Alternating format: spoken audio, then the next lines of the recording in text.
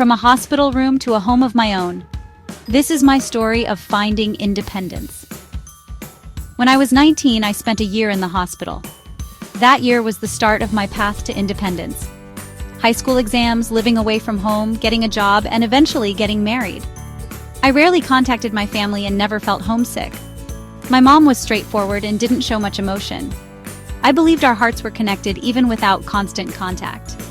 But now, I regret that self-centered view. I remember being surprised when my mom called my workplace. She wanted a photo of me in a traditional kimono.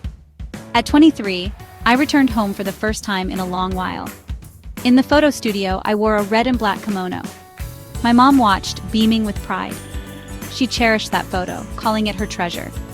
Now, as I help my daughter choose her kimono, I think of my mom. She found joy in caring for me and worrying about me. Reflecting on my youth, I remember my frail 19-year-old self in the hospital. My mom visited, peeling apples and feeding me. When I gave birth, my mom celebrated the arrival of her grandchild. She once said, "I've been your age too." Now, with my daughter at 19, I start to understand my mom's feelings. Living under the same roof with my daughter, I grasp how my mom felt when I left. "Mom, you must have been so lonely." My mom is now 67. When I turn 80, I hope to understand her fully. I wish for a life where loneliness is overshadowed by the joy of having a daughter.